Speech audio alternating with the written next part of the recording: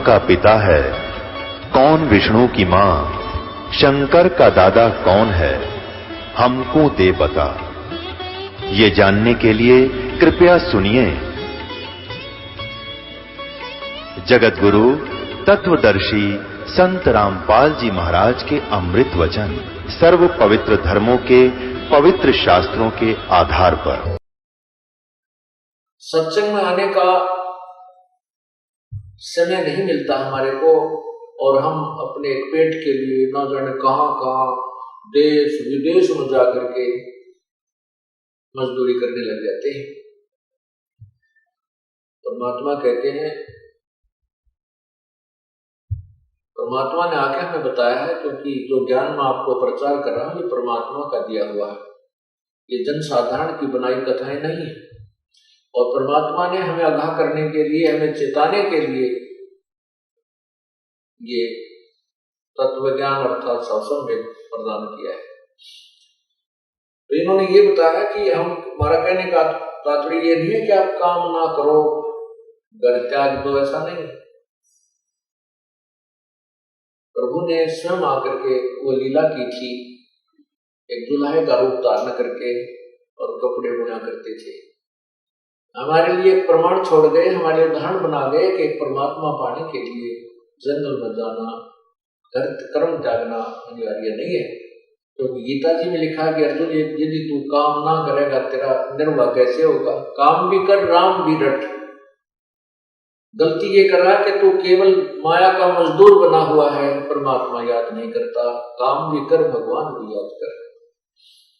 लेकिन सत्संग आने के आए बिना ये बात समझ में नहीं आती। एक समय परमात्मा बताते हैं कि राम नाम कड़वा लागे ये मीठे लागे दाम, दुविधा में दोनों गए भाई माया मिली ना राम। एक समय दास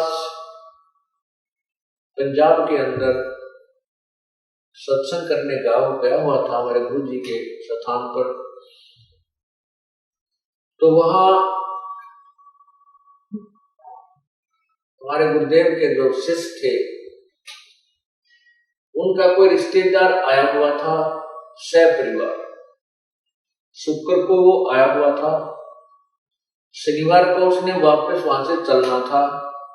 शनिवार को ये दास यहाँ हरियाणा से पंजाब में सत्संग करने जाता था, सेकंड संडे को।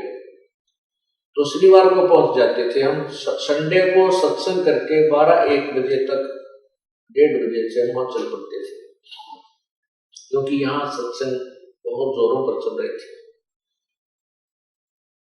उन गुरुदेव के शिष्यों ने अपने रिश्तेदार से कहा कि कल आज महाराज जी आएंगे। शनिवार को जब वो चलने लगा चंडीगढ़ को, आज महाराज जी आएंगे, आप आज रुको, कल सत्संग सुन के जाना, बहुत अच्छा सत्संग सुनाते हैं और ये समय बार बार नहीं मिलता, आप आए हो, कल शाम तक चंडीगढ़ पहुंच जाना। तो उसने कहा कि संडे को यानी रविवार को एक पार्टी आनी है जिसके साथ मेरा एक अनुबंध होना है, और उसमें मुझे लगभग 5 लाख रुपए का लाभ होगा, बेनिफिट होगा। उन्होंने पूछा रविवार को किस समय आएंगे वो, कि 3 बजे दिन में। उन्होंने बताया कि 12 बजे 12:30 बजे तक सत्संग हो जाता, 10 से 12 बजे तक 2 घंटे सत्संग करते हैं। आप 1 बजे चलोगे तो 3 बजे पहुंच जाओगे चंडीगढ़, 4 पहुंच जाओगे, 1 घंटा उनको फोन कर देंगे और रुक जाएगी। वो कहने का नहीं आपको नहीं मालूम मेरे व्यवसाय का, काम चौपट हो जाएगा, मैं नहीं रुक सकता, फिर देखूंगा कभी। यूं कहकर वो चल पड़ा। परिवार के 4 सदस्य थे, चारों के चारों उस गाड़ी में, मारुति गाड़ी में, कार के अंदर विराजमान थे। अंबाले के पास जा लिए वहां पर एक बजरी से भरा हुआ ट्रक खड़ा था, उसके पिछले व्हील निकाल रखे थे, जैक लगा रखा था, और उस स्वयं वो गाड़ी ड्राइविंग कर रहा था। उसको तो 5 लाख दिखाई दे थे, कुछ नहीं दिखा था, इतनी स्पीड से गाड़ी भगा रहा, क्योंकि आने वाले उस मेहमानों के लिए व्यवस्था करनी थी, गुटी सूटी लाने की, इधर कोई रेस्ट हाउस बुक कराना था, कोई होटल बुक कराना था। उसने वो दिखेंगे, उसने मारी, वो उसकी गाड़ी जो है उस ट्रक के नीचे जा घुसी, उस गाड़ी की घुसने से वो जैक हट गया और वो लोडेड ट्रक बजरी का उस कार के ऊपर गिर गया। चारों के चारों सदस्य वही मट्टी में मिल गए। हे परमात्मा, अब सिर पर धर ले उस 5 लाख के कॉन्ट्रैक्ट ने, जो काम करना था इस मनुष्य से वो कराया नहीं गया, और जोड़ रखे हम उस लोग भी ने 20-30 लाख के कौन बरतेगा भगवान जाने। और जो पाप कमाए परमात्मा नहीं बजा, फिर गधा बना कि तो सूर बने 84 लाख दुनिया भोगनी पड़ेगी। परमात्मा याद दिलाते हैं, राम नाम कड़वा लागे ये मीठे लागे दाम, भाई दुविधा में दोनों गए माया मिली नाम। पुण्यात्मा ये बात कर्ण सुन की नहीं है, ये कर पाड़न की है। एक भक्त कहने लगा, शुरू ये बातें जो सुनता है इंसान अपनी बुद्धि से सोचता है, कहने लगा जी ये तो बातें कहन की हैं, डराने के लिए कह रखी हैं, वह तू गधा बनेगा, सुअर बनेगा, पशु बनेगा, ये तो डराने के लिए कह रखी हैं, ऐसा कुछ नहीं होता। और किसने देखा है तो उसको बताया कि नादान, अब कोई चोर चोरी करता है और उसको कोई बताता है कि चोरी मत कर, तुझे पुलिस पकड़ेगी, पीटेगी, काला मुंह किया जाएगा, तेरी सजा हो जाएगी। यदि वो चोर नो कहे किसने देखा है, ये तो डराने के लिए कह रहे हैं, ऐसा कुछ नहीं होता है, तो उसकी नालायकी है। वो सभी बातें उसके साथ बीतेंगी तो उसको पूर्व आगाह किया जा रहा है कि चोरी करेगा तू पिटेगा, काला मुंह करेंगे और वह फिर सजा हो जाएगी। यदि वो डर जाता है, वो डर भी है और सत्य भी है। अगर वो उस डर से डर जाता है तो बुराई से बच जाएगा, चोरी नहीं करेगा, और चोरी नहीं करेगा तो सजा नहीं होगी। जो संतों ने हमें बताया है, परमात्मा ने आकर के हमें ये तत्व ज्ञान दिया है, उस पर हमने खरा उतरना चाहिए, उसको सत्य मानना चाहिए, और उसमें डर भी है और सत्य भी है।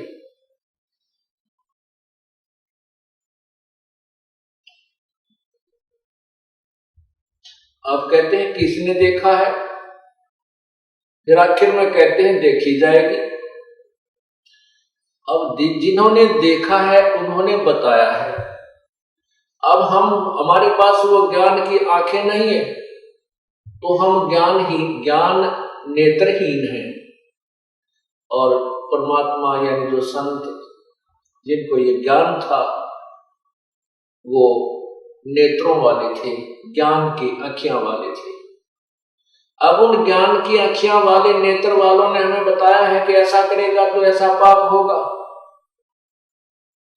और हम नेत्रहीन उन आँखों वालों की बातों को नहीं मानते। और फिर कहते किसने देखा है, आँखों वाला देख रहा है, तुझे बता रहा है, अंधे तुझे नहीं दिखता, इसका मतलब किसी को भी नहीं दिखाई देता। अब कोई जंगल वन की तरफ जा रहा है अंधा, और उसको कोई आंखों वाला आकर कहता है कि सूरदास इधर मत जाइए, रास्ता गलत है तेरा, सूर्यास्त होने वाला है, तू जंगल में घुस जाएगा, यहाँ पर झाड़ हैं, कांटे हैं, इनसे जंगली जानवर हैं, तुझे मार डालेंगे, खा जाएंगे। और वो अंधारू पर पी रखी हो शराब उसने, वो बोल सकता है ये बात कि किसने देखा है कि जंगल में कोई शेर है या भयंकर जीव है या कांटे हैं। अरे नालायक, वो जिसने देखा वही तो बता रहा है कि इधर जा रहा है, जंगल में ऐसे भयंकर जानवर हैं, ऐसा तेरे साथ बीतता है कि वो आंखें वाले की मानना नहीं, अंधे ने दिखता ना बता, फिर ना तो मर जा फिर पड़ कुएं में, देख क्या होगा तेरे साथ वहां जाके जंगल में। तो संत थे, ये आंखों वाले थे, हम नेत्रहीन हैं, हमारे वो ज्ञान की आंखें नहीं है, और हम उनका संतों की वाणी को काट देते, किसी ने जो चाहे तो वैसे कह रखिए, तो हम अंधे भी और ऊपर तो शराब पिए हुए व्यक्ति जैसा व्यवहार कर रहे। फिर नौकर देखी जाएगी, फिर देखी जाएगी, अरे मरे पाछा गधे बन के, गधे बने पाछा हम क्या देखेंगे, फिर तो कुमार देखेगा। ऊपर कमर पर 2.5 मन का बोरा होगा और अच्छा लंबा लठ पीछे कमर के ऊपर मारेगा। हमने देखना है, अब देख सकते हैं, अपनी आंख नहीं है तो संतों के द्वारा दिए गए इस ज्ञान से हम अपनी आंखें बनवा सकते हैं, और फिर हम इस रोशनी के अंदर ठीक रास्ते चल सकते हैं। यहां बता रहे हैं, इस माया का गर्भ न करियो के हाथी के घोड़ा रे, इस माया का गर्भ न करियो के हाथी के घोड़ा रे, जोड़ जोड़ धन बहुत बिठोड़ा लाखों और करोड़ा रे, जोड़ जोड़ धन बहुत बिठोड़ा लाखों और करोड़ा रे, मानत न मन मोरा साधो, मानत न मन मोरा रे, बार बार मैं ये समझाऊं जग में जीवन थोड़ा रे, बार बार मैं ये समझाऊं जग में जीवन थोड़ा रे। दुविधा दुर्मति चतुराई में जन्म गया नर तोरा रे, दुविधा दुर्मति चतुराई में जन्म गया नर तोरा रे, अब भी आने न लो सत्संग में करो गुरु ज्ञान पर गौरा रे, अब भी आने न लो सत्संग में करो गुरु ज्ञान पे गौरा रे, मानत ना मन मोरा साधो, मानत ना मन मोरा रे, बार बार मैं ये समझाऊं जग में जीवन थोड़ा रे, बार बार मैं ये समझाऊं जग में जीवन थोड़ा रे। क्या बताया है कि दुविधा और दुर्मति और चातुरता, अपनी सोचते सोच कर घना छाना बन करके, और दुविधा में दुर्मति, दुर्मति जब तक हम सत्संग नहीं सुनते, हम कितने सियाने बने हैं थे, कितना ही हम संसार ये अध्यात्म भौतिक धन जोड़ की अपनी बुद्धि को प्रयोग करते हैं। परमात्मा कहते हैं कि तत्व ज्ञान के बिना ये मनुष्य इस दुर्मति के कारण दुविधा यानी डुप्लीकेट माइंड, डबल माइंडेड आदमी रहता है। दुविधा दुर्मति चतुराई में जन्म गया नर तोड़ा रे। डबल माइंडेड कैसे होता है? जैसे सत्संग में बताया जाता है और कहा जाता है कि ये शराब नहीं पीनी, भाई चोरी नहीं करनी, रिश्वत नहीं लेनी, हुक्का तंबाकू का प्रयोग नहीं करना, तो यहाँ डबल माइंडेड हो जाता है, दुविधा हो जाता है, क्योंकि वह गुट्टी ना छूटती। दोस्त आवेंगे, रिश्तेदार आवेंगे, ऐसा होएगा वैसा होएगा, लेकिन जिसमें आपको ये ज्ञान हो जाएगा कि ये पाप है, ये बिजली जैसा करंट है, इसको प्रयोग करने से हमें इतना भयंकर मार पड़ेगी, तो फिर हम नहीं देखते किसी को, क्योंकि हम अगर पाप करते और करवाते हैं उस पाप को हमें ही भोगना होगा, ना रिश्तेदार भोगेगा, ना कोई और दोस्त उसको सहयोग देगा। तब हमें डर लगता है कि हम ऐसी गलती नहीं करेंगे। तो यह ये बताना चाहा है परमात्मा ने कि अब भी आन मिलो सत्संग में। कोई किसी भी स्थिति में अब भी आन मिलो सत्संग में और करो गुरु ज्ञान पर गौरारे। जो संत ज्ञान देता है, गुरुदेव जो ज्ञान देते हैं उस पर अमल कीजिए, उसके ऊपर पूर्ण रूप से खरा उतर जाइए।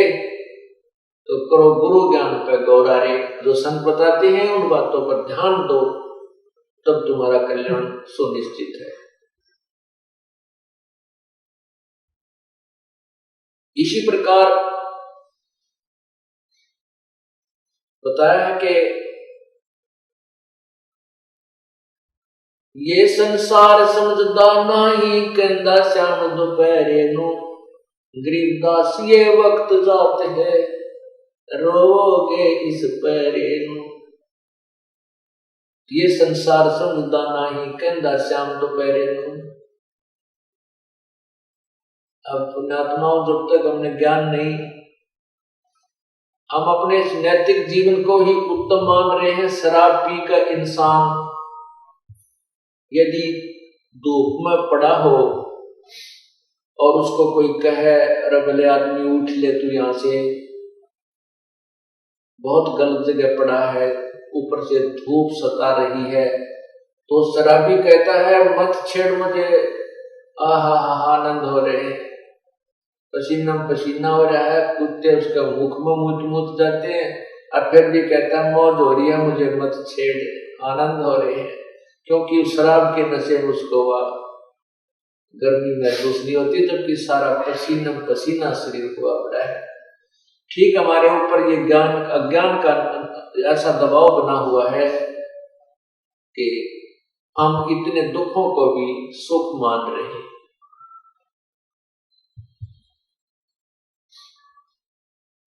परमात्मा कहते हैं कि जैसे ये संसार समझदा नाही, कहंदा श्याम दोपहरे नु।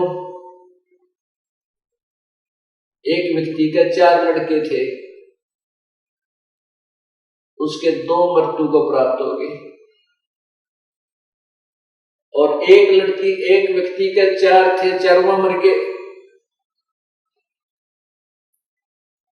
अब वो किसी रिश्तेदारी में गए हुए थे किसी की मृत्यु के उपरांत, तो वहां बतला रहे थे, वो कहने लगे भाई उसको सांत्वना देते हैं लोग, जिसके किसी के 1 पुत्र था, जिसके 3 पुत्र थे, 2 थे, 4 थे, 2 की मृत्यु होगी।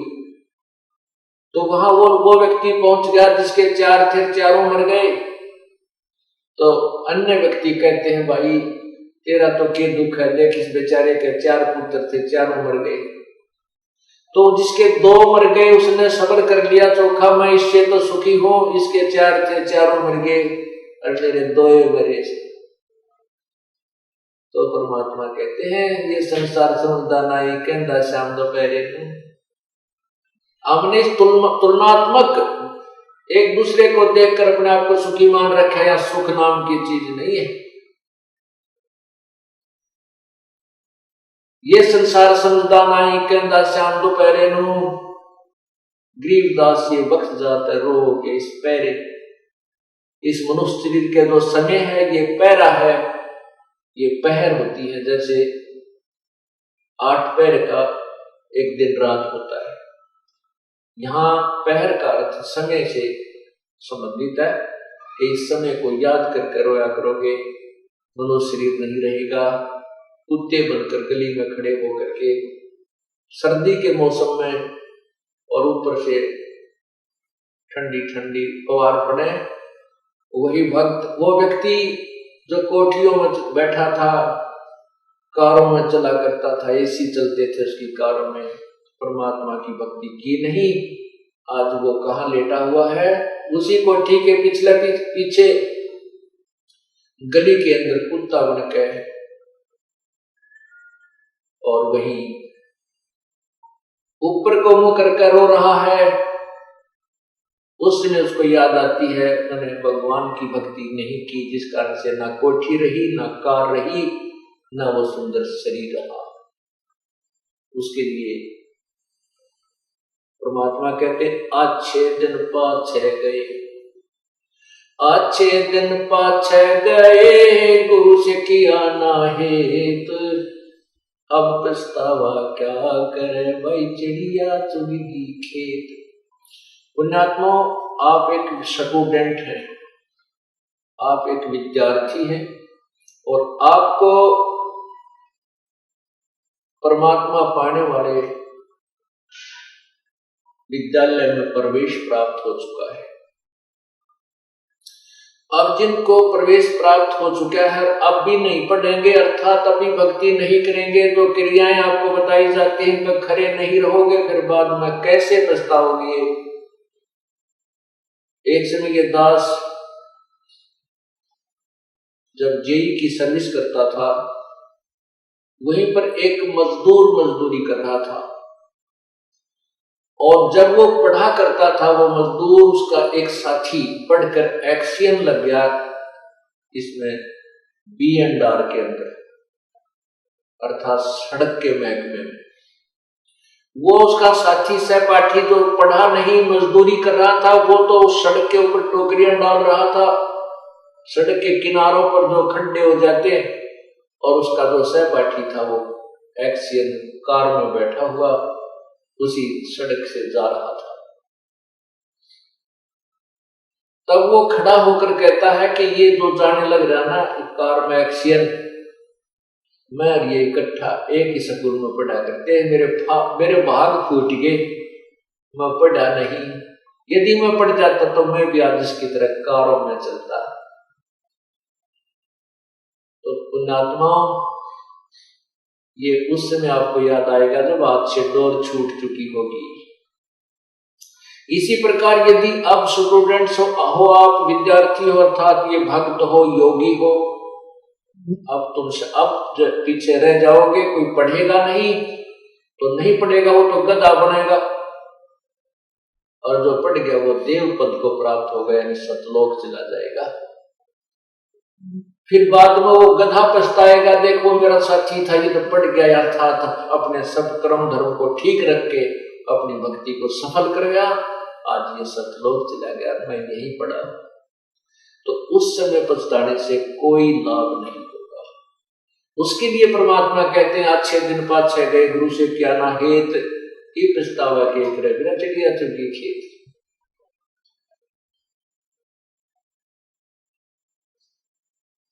अब पुण्यात्माओं, ये चोट है जो सत्संग में आत्मा को जगाती है, ये झटके हैं, ये उठा पटक है जो कपड़े को धोकर उसका मैल निकालता है, ये परमात्मा की वाणी आत्मा को चोट करती है, इस आत्मा को झंझोड़ कर रख देती है, जो यहाँ ये निश्चिंत होकर बैठ गई है कि एक तरह कुछ ना बिगड़े और तुम उसमें मौज करेगी। नहीं, परमात्मा कहते तू जाने मेरी ऐसे न बहगी हरदम लेखा वरना रे। अब हम जवान हैं, आप जवान हैं, तीनों सोच रहे हो मैं जवान ना रहूंगा, नहीं, आप छोटे से बालक भी थे, आप जवान सदा नहीं रहोगे, एक दिन वृद्धावस्था भी आओगी, ये बाल भी दौड़े हो जाएंगे, जाड़ दांत भी नहीं रहेंगी और ये शरीर यूं हल्लेगा है, और फिर बहुत बुरा हाल हो जाएगा, ना जाने कोई बीमारी घर कर जाएगी, ना पता कोई और दुर्घटना घर में घट जाएगी, ये सदा ये चीज नहीं रहेगी, तो सोच बैठा है। शरण पड़े को गुरु संभाले, जान का बालक बोला रे, कहे कबीर तुम चरण चित रखो, जो सोई में डोरा रे। जब आप सत्संग में आ जाते हो, सत्संग में आने के बाद आप नवजात शिशु जैसे होते हो, किसी का तो आज ही जन्म होया है, किसी का कल होया होगा, किसी का 10 दिन पहले, किसी का 2 महीने पहले, किसी का साल, कोई 2 वर्ष का, कोई 4 वर्ष का। अर्थात जिस दिन आपको गुरु जी का उपदेश प्राप्त हो जाता है उस दिन से आपका मानव शरीर प्रारंभ होता है, और जब आपको ये मानव शरीर प्राप्त होता अर्थात प्रारंभ होता है अर्थात आपको उपदेश गुरु का मिल जाता है, तो आप भोले भाले बालक होते हो। आपके जो प्रारंभ में कुछ गलतियां आपकी हो जाती हैं तो उनको एक भोला बालक जानकर संत गुरुदेव आपको संभालते हैं, अर्थात आपकी गलतियों को क्षमा कर देते हैं, आपको मांजते हैं, धोते हैं, परमात्मा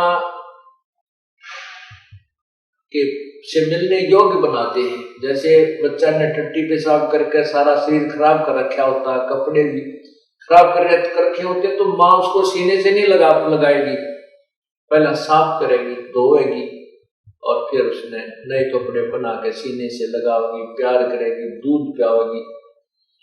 इसी प्रकार परमात्मा बताते हैं कि शरण पड़े को गुरु संभाले, जान का बालक दौड़ा रे। आपका क्या कर्तव्य है? आपका केवल इतना काम है कि कहे कबीर तुम चरण चित राखो, जो सोई में डोराए। आपका इतना लगाव गुरुदेव में होना चाहिए, आपका इतना प्रेम बढ़ जाना चाहिए अपने गुरुदेव में, जैसे सुई के अंदर वो धागा डाल दिया जाता है, उसका लटकता रहता है, इधर जाओ चाहे इधर जाओ, से दूर नहीं होता, और वो लटका रहेगा धागा, तो वो यूजफुल होगा। तो हमारा आपका इतना ही काम है कि अपने गुरुदेव के अतिरिक्त आपके गुरुदेव अपने गुरुदेव से दूर ना होना। द्वार धनी के पड़ा रहे और धक्के धनी के खावे, कहे कबीर सो काल झक झोल ही, भाई द्वार छोड़ ना जावे। द्वार धनी के पड़ा रहे और धक्के धनी के खाव, 100 काल झकझोल ही, पर द्वार छोड़ नहीं जाए। अब जैसे ये काल ने झकझोल करा था अपने साथ, ये जो कांड हुआ क्रोधा कांड, ये काल का झकझोल था और अत्याचारी लोगों ने अपने पाप बढ़ा लिए, और हमारे बच्चे इस ज्ञान को समझ चुके थे, इसलिए धनी के द्वार से दूर नहीं हुए। कहते हैं द्वार धनी के पड़ा रहे और धक्के धनी के खावे, 100 काल झकझोल ही, पर द्वार छोड़ ना जावे। परमात्मा ने कहा कि सत मत छोड़ता सूरमा, और सत छोड़ने पत जा, सत के बंदे लक्ष्मी फेर मिलेगी।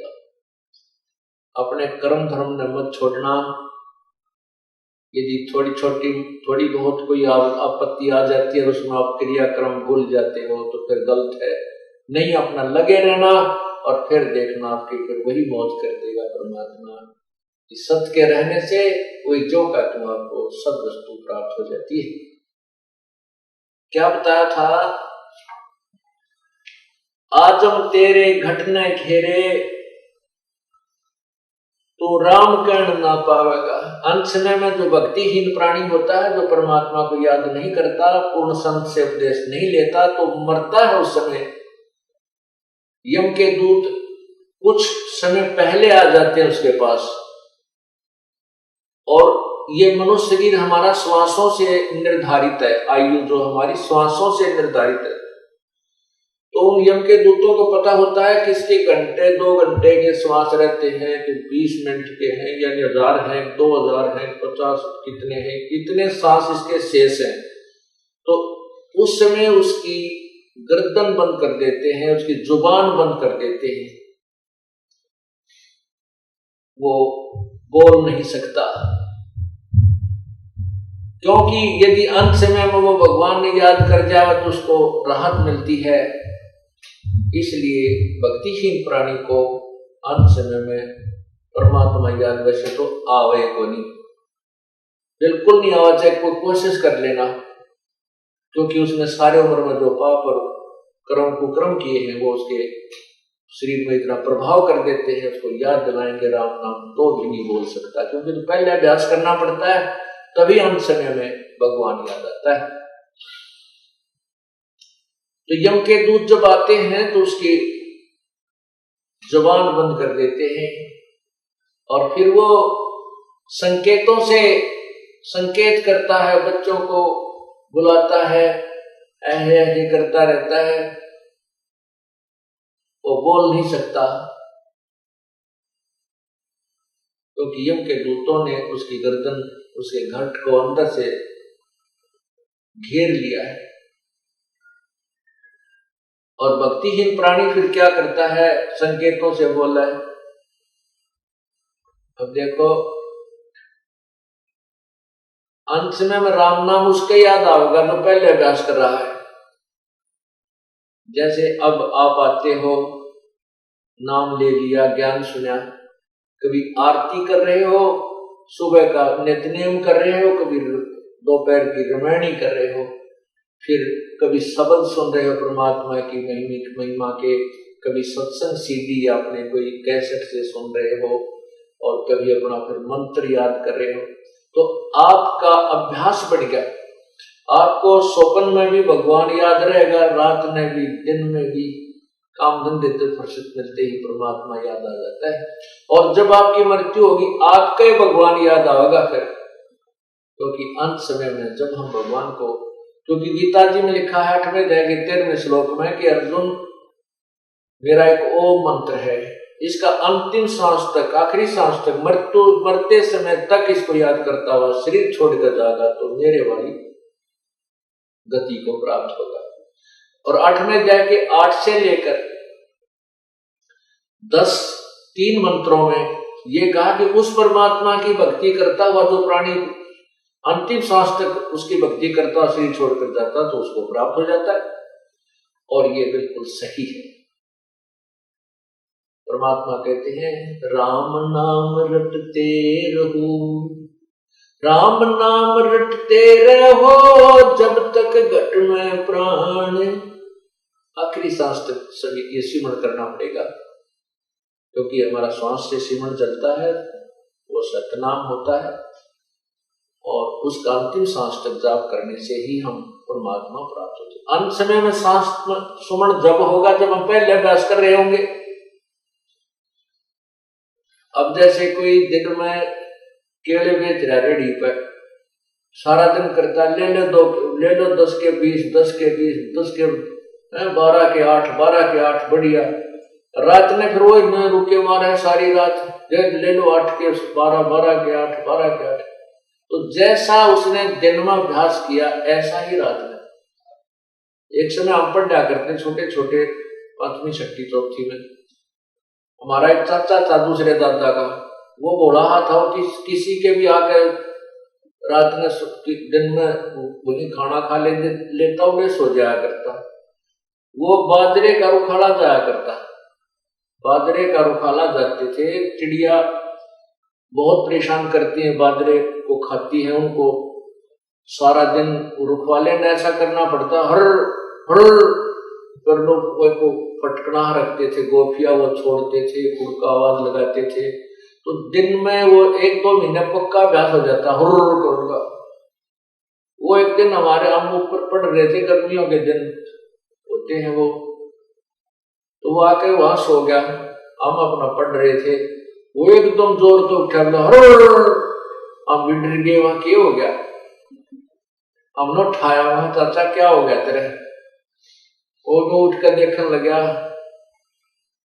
जो बोला मन ने सोचा मैं वहां खेत में बाजरे का रुखाली कर रहा और चिड़िया आ गई, वो खा रही है, उनको भगा रहा था हुर्र करके। अब दिन में हुर्र करेगा तो रात में हुर्र याद आएगी। अब हम सारे जीवन में परमात्मा याद करेंगे, मरेंगे, मरते समय हमारा भगवान याद आएगा।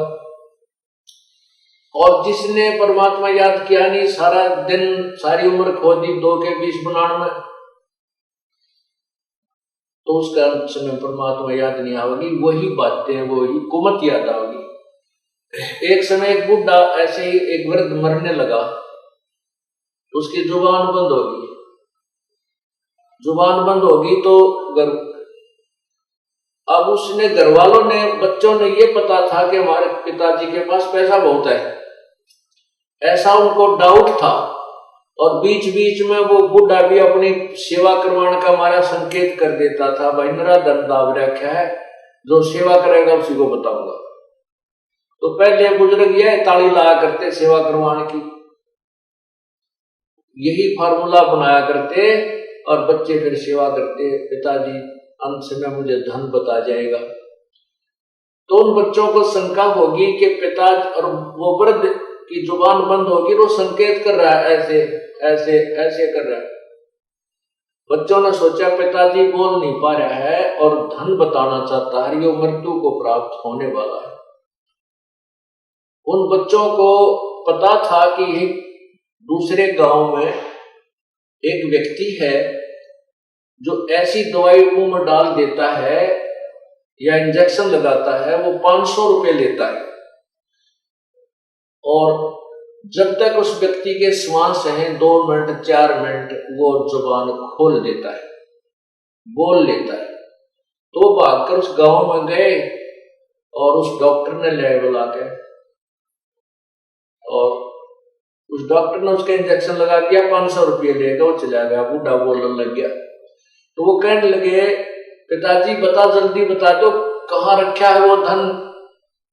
वो बुजुर्ग कहने लगा, वहां एक बुजुर्ग बोला रहे, वो बाछड़े ने, गांव के बच्चे ने झाड़ू खा ली, तुम कित मर गए, मेरे पास सत्यानाश करोगे, तुम ध्यान नहीं रखते, गांव के बछड़े ने झाड़ू खा ली, सारी नाश कर दिया।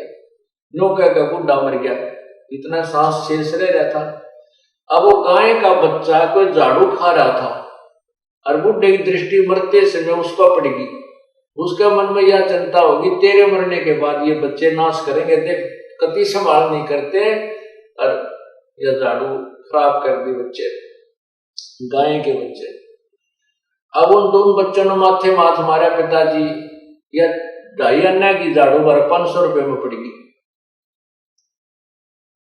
अब बुढ़े ने सारी उम्र यही चिंता रखी, अंत समय में ये नहीं करते, ये नहीं करते, राम नाम रटा नहीं, तो अंत समय में वृत्ति वही हो जाती, वैसी हो जाती। और जहां आशा तहां बासा हुई, मन कर्म वचन सोमरी सोई। जहां आशा तहां वासा हुई, मन कर्म वचन सुमरियो सोई। अब जैसे गीता जी के अध्याय नंबर 8 के 13 मंत्र में कहा कि मेरी भक्ति करेगा तो मुझे प्राप्त होगा। 8वें अध्याय के 7वें श्लोक में भी कहा कि अर्जुन तू मेरी भक्ति कर, युद्ध भी कर, मुझे प्राप्त होगा।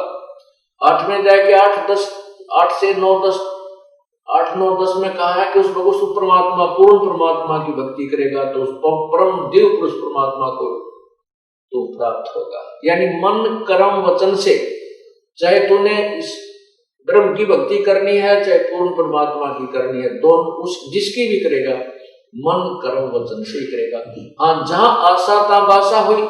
अगर आपकी आशा उस ब्रह्म में रहेगी तो ब्रह्म के लोक में रह जाएगा, आपकी अंत समय में आशा सतलोक में दृढ़ होगी तो आप सतलोक चले जाओगे। लेकिन जाओगे कमाई अच्छी कर ली होगी तभी। और जिसने कोई सी भी भक्ति नहीं करी वो कहां जाएगा? जैसे वो अंत समय मरते समय बच्चा में चिंता होगी, बच्चों में अपने परिवार में ममता रह जाती है और वही मर कर पशु बन जाएगा, कोई कुतिया बन जाएगी, कोई कुत्ता बन जाएगा, कोई गधा बन जाएगा, या कोई बैल बने, कोई पशु बने। एक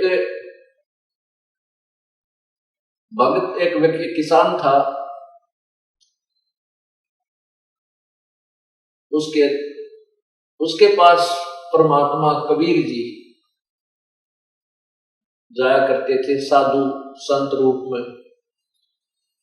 उसको समझाते थे, भाई चौधरी साहब भक्ति कर लिया करो, जैसे विचार देते थे भक्ति करो, मानुष जन्म बार बार नहीं मिलता है। हमने जो पढ़ाई पढ़ रखी होती है वो उल्ट पढ़ रखी होती है। हम कहते हैं कि अभी भक्ति करने का समय नहीं, हम तो बुढ़ापे में भक्ति कराएंगे, अभी तो बच्चे पालने हैं, बड़े कराएंगे, इनका ब्याह करनी है, शादी करनी है, नो करना, मकान बनाने। लेकिन संत बताते हैं कि भक्ति करने के लिए कोई समय का सीमा नहीं है। और क्या पता बुढ़े हो, पहले मर ले, बुढ़े ना भी हो पाओ, फिर कैसे करेंगे? तो परमात्मा समझा करते कि भाई भगत जी तुम नाम जप लो, आप भक्ति किया करो। लेकिन वो किसान कहता, बाबा जी अभी तो बालक छोटे छोटे हैं, बड़े बालक हो जाएंगे हाँ, फिर मैं आपका उपदेश ले लूंगा। अब संत को तो मालूम होता है कि ये अनजान है, एक तो इसने ज्ञान को नहीं, फिर इसकी दुर्गति होगी, तो बार बार आते रहे। जब उसने बालक ब्याह लिए, शादी कर दी, पोते भी हो लिए, परमात्मा फिर गए कि चौधरी साहब, एक किसान, अब तो नाम ले ले, भक्ति कर ले। नो बोला बाबा जी, छोटे छोटे पोते हैं, बच्चे खेत में काम करते हैं, इनको मैं रखता हूँ, खिलाता हूँ, हैं, और रुक जा 5-4 वर्ष और रुक जा, फिर तेरा नाम मैं जो अवश्य लूंगा। अब परमात्मा फिर गए, तो 5-4 वर्ष के बाद परमात्मा उस किसान के घर फिर गए, देखा तो किसान नहीं था। बच्चों से पूछा, तुम्हारा पिताजी कहाँ गया? उन्होंने बताया जी 4 वर्ष हो गए, पिताजी की मृत्यु हो गई। प्रभु को तो पता था। वही व्यक्ति वही मर के बैल बन गया, उन्हीं की गाय के बच्चा पैदा हुआ और उन्हीं के वहां बैल बन के खेत में हल जोत रहा। हल में जोत रखा बेटे ने। अब वो परमात्मा यानी कबीर परमेश्वर वहां खेत में गए, लड़के से कहा, भाई लड़के एक बार रोकना इन बैलों को, खेत में हल में जोत रखे थे। परमेश्वर ने कहा, कबीर जी ने कहा कि एक किसान वो बैल नो बोला रहा, भगत यो के बन बैठा, तो मैंने कितना कहा राम नाम ले ले, भक्ति कर ले, देख बैल बन बैठा, आजा तुझे अब तेरा ये शरीर छुटवा दूं बैल का, तेना मार दूं और फिर तुझे मनुष्य शरीर दे दूंगा, तू भक्ति कर लिए। तो वो क्या कहता है बैल के, बाबा जी तेरा दिमाग खराब हो रहा है, मैं यहां मर जाऊंगा, मैं बैल नहीं रहूंगा, और ये बच्चे और बैल लाएंगे निकम्मा, और वो बढ़िया काम करे नहीं, बड़का को टोटा हो जाएगा, बच्चों को घाटा आ जाएगा, तू अपना काम कर, मैंने लगा रहने दे। अब परमात्मा चले गए। 5-7 वर्ष बाद वो बैल भी मर गया। वो बैल मर गया, फिर उनके उसी घर में सर्प बन गया। अब उस सर्प बन गया, तो जो पहले मनुष्य जीवन में उसने कुछ 2-4 हजार रुपये दबा रखे होंगे, तो सर्प जो है योनि में प्राप्त हो जाता वो प्राणी, तो उस धन ने ढूंढता है, उस घर में घूमा करता है कि मैंने यहाँ धन दाब रखा था, चांदी के सिक्के। वो किसान की आत्मा सर्प बन के आया था, वो धन ढूंढन। उन पुत्र वधुओं को ने देख लिया कि सांप आ गया, उन्हें आवाज लगा दी, बेटे लठ लेकर आए, उसका मारे लठ सांप के। वो मोरी में के भागता भागते गए, तो लठ लगे, 4 सांकड़ी टूट गई उसकी एक हड्डी, और वो मोरी से बाहर निकल के एक झाड़ी में जाके और तड़पन लग गया। परमात्मा वहां फिर जा खड़े हुए कबीर जी, क्योंकि ये कहते हैं, परमात्मा कहते हैं कि जो जन हमारी शरण है, ताका हूं मैं दासे, गेल गेल लाग्या फिरो जब तक धरती आकाश। अब परमात्मा की वो कोई पुण्य आत्मा थी, किसी जन्म में उनके साथ रहे थे, भक्ति की हुई थी, उस कारण से उसको शरण में लेने के लिए सब लीलाएं प्रभु ने की। अब वहां जाकर कहने लगे, रहे भगत आत्मा, अब भी आजा, तो मान जा मेरी बात, आजा तुझे मनुष्य शरीर दे दूंगा और भक्ति कर लेना। तब वो सांप नो के सर्प बोला कि हे महाराज जी, मेरा जीवन बचा दो, मुझे ले लो शरण में, मेरा शरीर छुटवा दो, मुझे ले लो शरण में और मैं भक्ति करूंगा। तो परमात्मा बोले, भाई शरण मत आया, फिर सांकड़ी तोड़वा का आया, तो आई तो तेरा बात समझ में, पर यह हड्डी पसड़ी एक होली तेरी जब समझ में आई। अगर ये बात तो उस समय मेरी मान लेता ना, तो तेरे को गड़बड़ नानी होती, पोते भी खिलाता और भगवान भी बच लेता। एक पंथ 2 काज होते भाई, पर यह बुद्धि काम जारी है तुम्हारी, क्योंकि तत्व ज्ञान रहा नहीं।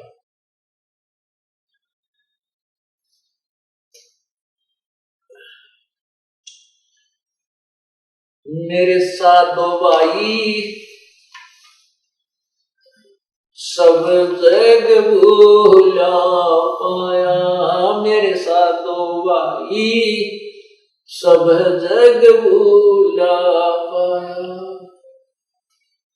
इसी भूल में ब्रह्मा भूला जिसने वेद सरसाया, इसी भूल में ब्रह्मा भूला जिसने वेद सरसाया। वेद पढ़ियो पंडित भूला वो वेद मर्म ना पाया, मेरे साधो भाई सब जग भूला पाया, मेरे साधो भाई सब जग भूला पाया।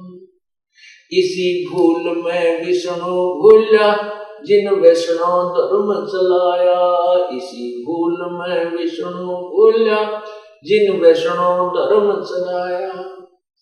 कर्म कांड का बांध महात्म 84 जीव भरमाया, मेरे साधो भाई सब जग भूला पाया, मेरे साधो भाई सब जग भूला पाया। इसी भूल में शंकर भूला जिन वृक्ष को पंथ चलाया, इसी भूल में शंकर भूला जिन वृक्ष को पंथ चलाया। सिर पे जटा हाथ में खप्पर घर घर अलख जगाया, मेरे साधो भाई सब जग भूला पाया, मेरे साधो भाई सब जग भूला पाया। कह कबीर सुनो भाई साधो हम जुग जुग जीव चिताया, कह कबीर सुनो भाई साधो हम युग युग जीव चिताया। जिसने जाना मर्म भूल का वो गर्भवास नहीं आया, मेरे साधो भाई सब जग भूला पाया, मेरे साधो भाई सब जग भूला पाया। परमात्मा कबीर परमेश्वर इस काललोक में आए, आकर के बताने लगे कि भी यहाँ पर कोई भी व्यक्ति तत्व ज्ञान से परिचित नहीं है, चाहे यहाँ के 3 लोक के मालिक ब्रह्मा विष्णु महेश भी क्यों नहीं है, इनको भी तत्व ज्ञान नहीं है। क्यों नहीं है? क्योंकि ब्रह्मा जी जब उत्पत्ति हुई कमल के फूल के ऊपर थे, और ब्रह्मा जी अपने पुत्र नारद जी को बताते हैं कि नारद जब मेरा जन्म हुआ मैं कमल के फूल पर बैठा था, मुझे नहीं मालूम मैं कहां से जन्म हुआ कहां से उत्पन्न हुआ। और ब्रह्मा जी को ने ही जो वेद प्राप्त हुए उन्हीं का ज्ञान फिर विष्णु और शिव को दिया। ऐसे ही परमात्मा हमें ये बता रहे हैं कि मेरे साधो भाई यहाँ सबका भूल लगी हुई थी, कोई भी तत्व ज्ञान से परिचित नहीं था। पहले तो राम नाम को बजने को तैयार नहीं, और यदि कोई पुण्यात्मा भक्ति करना चाहते उसको मार्ग ठीक नहीं। मैंने आकर के फिर ये तत्व ज्ञान समझाया।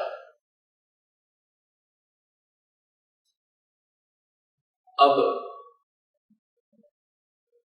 इस जीव को सबसे भयंकर जो रोग लगा हुआ है वो जन्म और मृत्यु का है। जन्म और मृत्यु का सबसे भयंकर रोग है। ये ना ब्रह्मा का समाप्त हुआ है, ना विष्णु का समाप्त हुआ, ना शिव का, क्योंकि ये ब्रह्मा विष्णु महेश भी जन्म और मृत्यु को प्राप्त होते हैं। और अन्य प्राणी जो इनकी साधना करते हैं वो तो फिर उनका तो कहना ही क्या है। कबीर परमेश्वर ने आके बताया कि हम कौन हैं, तुम कौन हो, कहां से आए हो और किस प्रकार ये भक्ति करनी चाहिए, अब जैसे आप संतों के सत्संग सुनते हो, वो चेतावनी की बातें तो जैसे ये दास बता रहा, शायद इससे भी अच्छी आपको बता सकते हैं, आपको अच्छी प्रेरणा भी दे सकते हैं, प्रेरित भी कर सकते हैं, लेकिन संतों के पास वो तत्व ज्ञान नहीं जिससे आपका आत्म कल्याण कर सके। अब जैसे किसान ने खेत भी संवार दिया, बीज उसके पास नकली है, वो संवारा और खेत बिल्कुल व्यर्थ जाएगा, चाहे उसमें खाद पानी भी डाल दिया, वो खर्चा भी कर डाला, वो फसल नहीं होगी।